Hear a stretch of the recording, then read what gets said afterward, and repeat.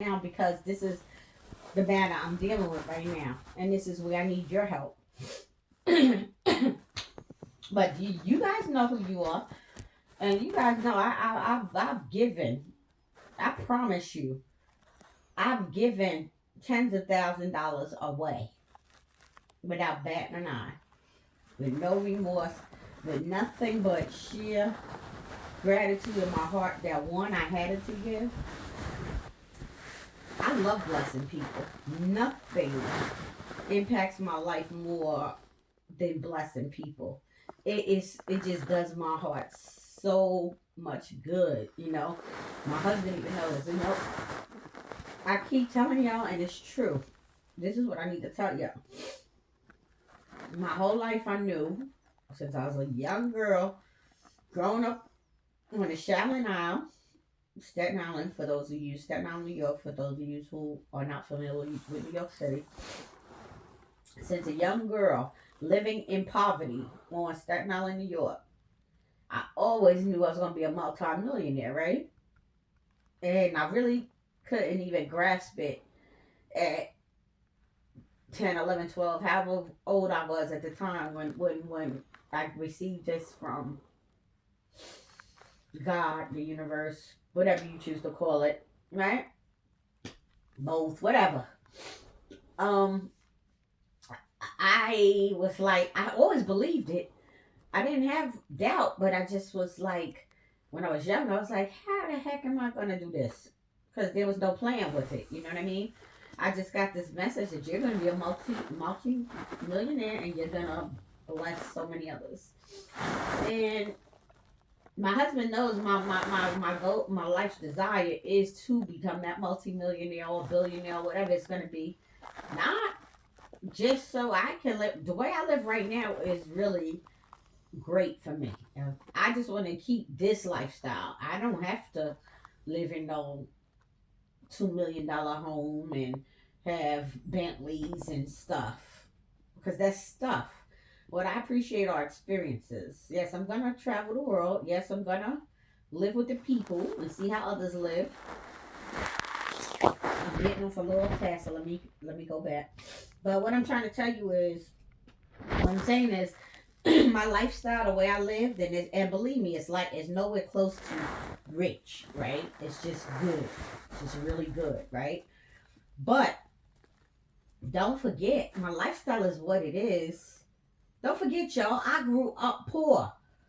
And I know most of you guys don't, especially some of you guys, I didn't live in the projects, no, but I was, what, 5 blocks from the projects, right?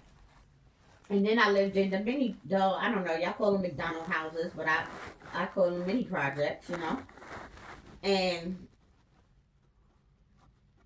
I grew up poor to a single mother on welfare.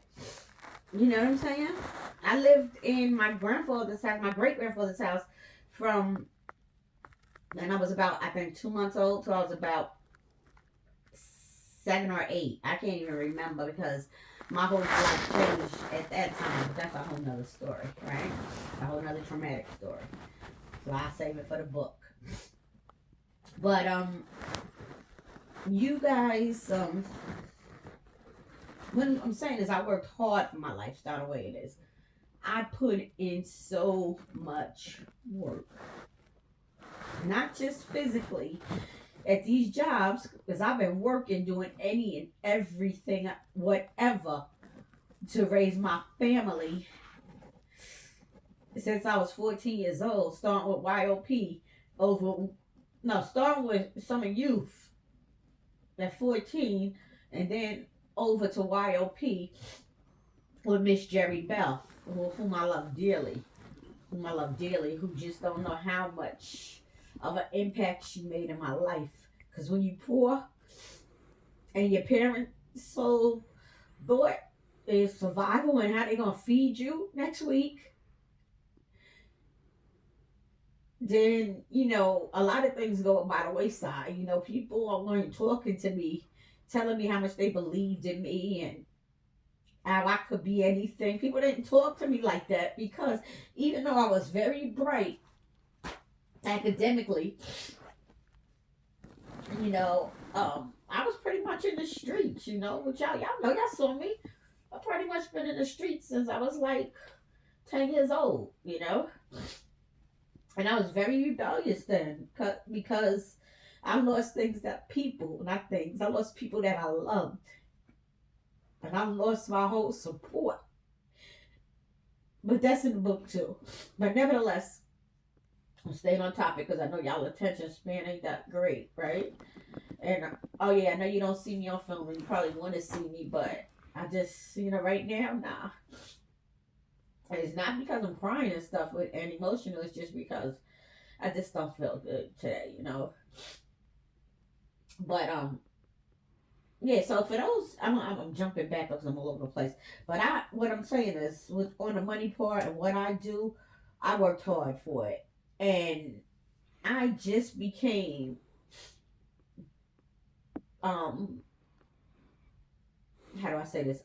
My lifestyle changed when I changed my mindset, and that took decades of work, right? So on the real, from age like 10, no, 10 was okay, but from like age, I'm gonna say, no, 10 is when my whole life changed, to about 20. So I spent the whole decade fucking miserable, right? With a lot of shit going on, and I didn't want to be here. And honestly, I never since ever I could form a rational thought. I always knew I didn't belong on this earth. And the more encounters I have with people that are negative, and people who just are mean and hateful and cruel for no fucking reason at all, and all the racial divide going on in this country right now, it's like I don't fucking belong here. So why am I here, right? Because there ain't a lot of people here like me. There are some. I've encountered some. Some of them are you know. But my hard exterior is usually because that I'm just trying to protect myself. My whole life for a long time has been on self-preservation mode, and there's some things I can't deal with at times. So I have to keep my armor on, and I just have to keep rocking. You know what I'm saying? I can't even afford to process too many things that go on because it will distract me and get me off course, right? So let me try to shorten this up some. I'm almost done. I'm more than halfway through this video, right? So anyway, with the 35,000, I at least expected that you guys would give me. I thought half. I said, no, they'll show up and give me half. But I had no doubt that you guys would at least give me 10 grand, right? And I was like, 10 grand ain't a lot.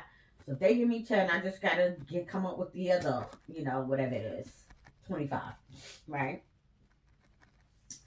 But and this wasn't even including, and that's where I kind of got messed up too, including all of my household expenses. Because don't forget, right now I'm not working, y'all.